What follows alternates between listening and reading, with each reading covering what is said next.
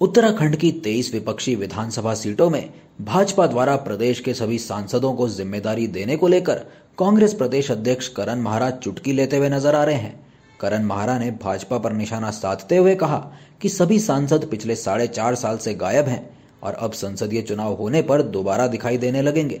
साथ ही उन्होंने कहा कि ऐसे लोग जो खुद अपनी जिम्मेदारियों का निर्वहन नहीं कर रहे और ना अपने क्षेत्र की जनता से मिलकर उनकी समस्याओं को सुन रहे हैं, वो अब चुनाव को देखते हुए सक्रिय हो रहे हैं, जिसे बीजेपी को पहले कर लेना चाहिए था। देखिए, कांग्रेस अपनी तैयारी कर रही है। हमारे बूथ कमेटियों के आजकल सत्यापन के कार्य चल रहे हैं, मंडलम की नियुक्तियां चल रही हैं और हम लगातार कार्यक्रम कर रहे हैं। अभी देवप्रयाग से हमने अपने जिला सम्मेलन की शुरुआत की है और आप जल्दी ही देखेंगे कि दिसंबर पहले हफ्ते तक हम पूरे 13 के 13 जनपदों में जिला सम्मेलन कर लेंगे कार्यकर्ताओं के। उसके अलावा फिर विधानसभाओं में ये कार्यक्रम चलेंगे।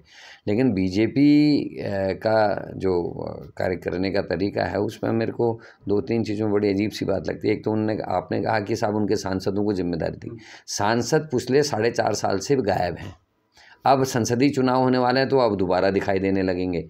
तो ऐसे लोग जो खुद अपने जिम्मेदारियों का निर्वहन नहीं कर रहे थे, जो 4.5 साल तक सोए रहे, अपने क्षेत्र के लोगों से मिले नहीं, समस्याएं उनकी सुनी नहीं, वो अचानक से चुनाव से पहले सक्रिय हो रहे हैं। तो ये बीजेपी को ये काम पहले कर देना चाहिए था कि अपने सांसदों को पहले से सक्रिय रखना चाहिए था। दूसरा, बीजेपी की और हमारी अपनी अपनी तैयारियाँ हैं। ये राजनीतिक लड़ाई है और निश्चित ही कांग्रेस पूरी तरीके से राष्ट्रीय और राज्य के मुद्दों पर चुनाव लड़ेगी। हम केदारनाथ के सोने की चोरी, जोशीमठ, भर्ती घोटाले, पटवारी paper leak, Ankita murder case, law and order, इन सभी चीज़ों को लेकर हम चुनाव में जाने वाले हैं। किसानों के साथ जो भेदभाव हो रहा है उस चीज़ को हम लेके जाने वाले हैं और बेरोज़गारों के संग जो हुआ है उसको लेके जाने वाले हैं।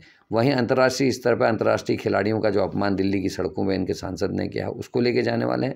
और एक किसान आंदोलन में 700 किसानों की मृत्यु और एक मंत्री के पुत्र के द्वारा 5 किसानों को अपनी गाड़ी से कुचलने की घटना को लेकर हम लोगों के बीच में जा रहे हैं। और प्राइस हाइक, जो महंगाई बढ़ी है, ये सारे हमारे मुद्दे होंगे।